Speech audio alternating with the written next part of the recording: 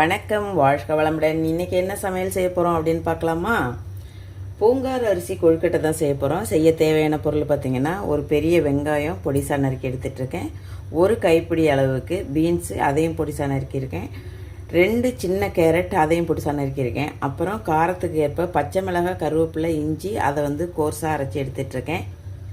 அது கூடவே கொஞ்சம் தேங்காய் பூ, அவ்வளோதான். அப்புறம் இதான் அந்த பூங்கார் அரிசி 10 மணி நேரம் ஊற வச்சு எடுத்துட்ருக்கேன். இதை இனிமேல் மிக்சியில் அரைச்சிக்கணும், சரிங்களா? அதுக்கு முன்னாடி வதக்க வேண்டியதெல்லாம் வதக்கி எடுத்துக்கலான்னா முடியாது. வணக்கம், வாழ்க வளமுடன். இன்றைக்கி என்ன செய்ய போகிறோம் அப்படின்னு பார்த்தீங்கன்னா, பூங்கார் அரிசி கொழுக்கட்டை தாங்க செய்ய போகிறோம். இங்கே பார்த்தீங்களா, இதான் பூங்கார் அரிசி 10 மணி நேரம் ஊற வச்சு எடுத்துட்ருக்கேன். இது ரொம்ப நேரம் ஊறினா தான் நல்லாயிருக்கும். ரெண்டாவது அதோட பெனிஃபிட்டும் நம்மளுக்கு கிடைக்கும். 2-3 மணி நேரம்லாம் ஊறினா பத்தாது. அது கூட என்னென்ன பொருள் சேர்க்குறோம்? ஒரு கேரட்டு பொடிசா நறுக்கிட்டுருக்கோம், ஒரு கைப்பிடி அளவு பீன்ஸ், அதையும் பொடிசா நறுக்கிட்டுருக்கோம், ஒரு பெரிய வெங்காயம், அதையும் பொடிசா நறுக்கியிருக்கோம். அப்புறம் பார்த்திங்கன்னா, இஞ்சி, கருவேப்பிலை, பச்சை மிளகாய், இதை நல்லா கோர்ஸாக அரைச்சி எடுத்துகிட்ருக்கோம். கருவேப்பிலையை வெட்டிட்டு போட்டாலும் பிச்சு போட்டாலும் தூக்கி போட்டுருவாங்க பசங்க. இந்த மாதிரி செய்யும்போது உணவோடு சேர்த்து சாப்பிட்லாம். அப்புறம் ஒரு கைப்பிடி தேங்காய் பூ, அவ்வளோதான் செய்ய தேவையான பொருள். தேவைக்கேற்ப உப்பு, அப்புறம் தாளிப்பு பொருள், அதெல்லாம் நான் தாளிக்கையில் சொல்லிடுறேன். இப்போ அரிசி அரைச்சி எடுத்துக்கலாம். இப்போது மாவை நல்லா அரைச்சி எடுத்தாச்சு. இது நல்லா கொஞ்சம் தண்ணியாக தான் இருக்கணும், ஏன்னா இது ரொம்ப சீக்கிரமாக திக்காயிரும், மாவு வேகாமல் போயிடும். அதனால் நல்லா தண்ணியாக அரைச்சிட்டு இதை வேக வைக்கணும். இப்போ வடத்தட்டு சூடாயிருச்சு, நம்ம எண்ணெய் ஊற்றிக்கலாம்.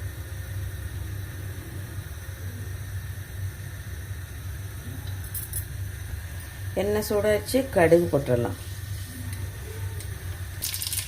கடுகு பொரிஞ்சதும் 1 ஸ்பூன் உளுத்தம்பருப்பு செவந்ததும் நறுக்கி வச்சுருக்க நம்ம வெங்காயத்தை முதல்ல சேர்த்துடலாம்.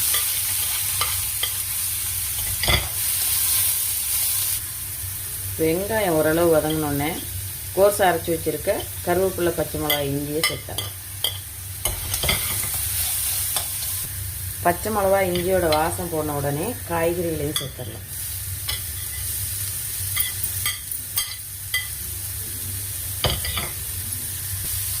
கொழுக்கட்டைக்கு தேவையான உப்பு, கொஞ்சமாக பெருங்காயப்பொடி, தேங்காய் பூவையும் சேர்த்துடலாம்.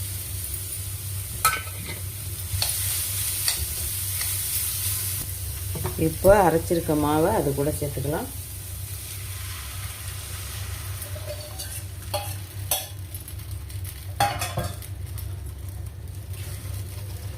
கைவிடாமல் கிண்டணும், இல்லைன்னா அங்கங்கே கட்டி ஆயிரும்.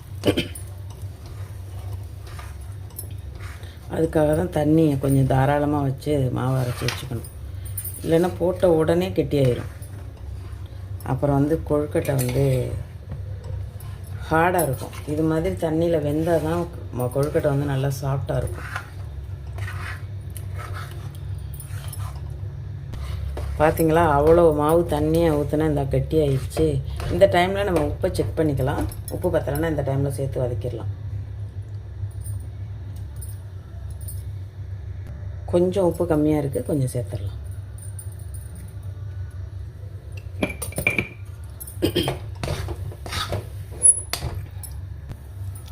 ஓகே, நல்ல மாவு வந்துருச்சு. இந்த டைமில் நம்ம அடுப்பை ஆஃப் பண்ணிவிட்டு மாவை கொஞ்சம் நேரம் ஆற விட்டுடலாம். ஆற விட்டுட்டு நம்ம சட்னி ரெடி பண்ணிடலாம். அது வரைக்கும் இது ஆறிட்டு இருந்தேன்னா கொழுக்கட்டை பிடிக்க ஈஸியாக இருக்கும். அவ்வளோதான், அடுப்பை ஆஃப் பண்ணியாச்சு.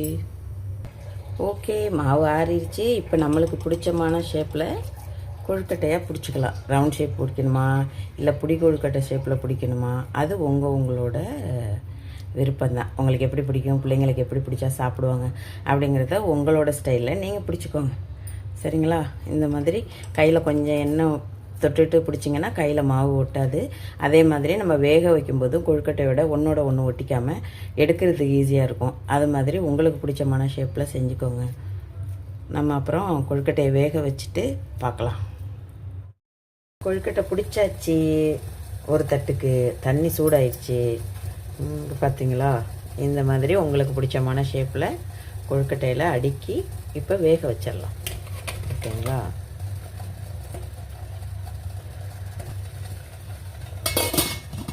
ஒரு 5லேருந்து 10 நிமிஷம் வெந்த போதும் கொழுக்கட்டை நல்லா ரெடி ஆகிடும். கொழுக்கட்டை வெந்துருச்சா பார்க்கலாமா? வெந்துருச்சு.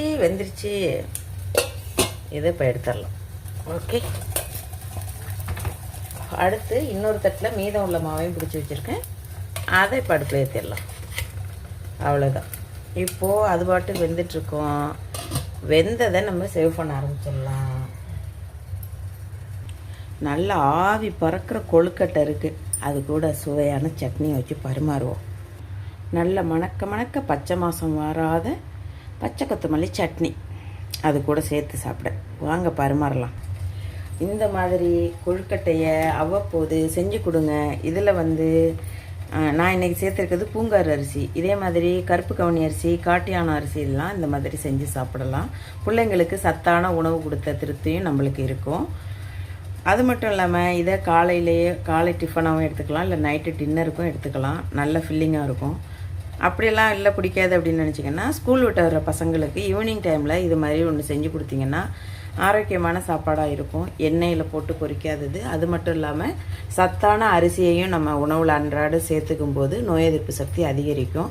இந்த மாதிரி உங்கள் வீட்டு பிள்ளைங்களுக்கும் உங்களுக்கும் ஒரு நல்ல ஒரு உணவு கிடைக்கணும்னா இந்த மாதிரி சிறுதானியங்கள், மறைஞ்சு போன அரிசிகள் இதையெல்லாம் வாங்கி பயன்படுத்தி ஆரோக்கியமான ஒரு வாழ்க்கையை வாழலாம். இந்த மாதிரி உங்களுக்கு பிடிச்ச மாதிரி சட்னியோட சேர்த்து இதை செஞ்சு சாப்பிட்டிங்கன்னா வேறு லெவலில் இருக்கும். இந்த மாதிரி உங்களுக்கு டிப்ஸ் வேணும் அப்படின்னா நம்ம சேனலை ஃபாலோ பண்ணுறதுக்கு சப்ஸ்கிரைப் பண்ணி சப்போர்ட் பண்ணுங்கள்.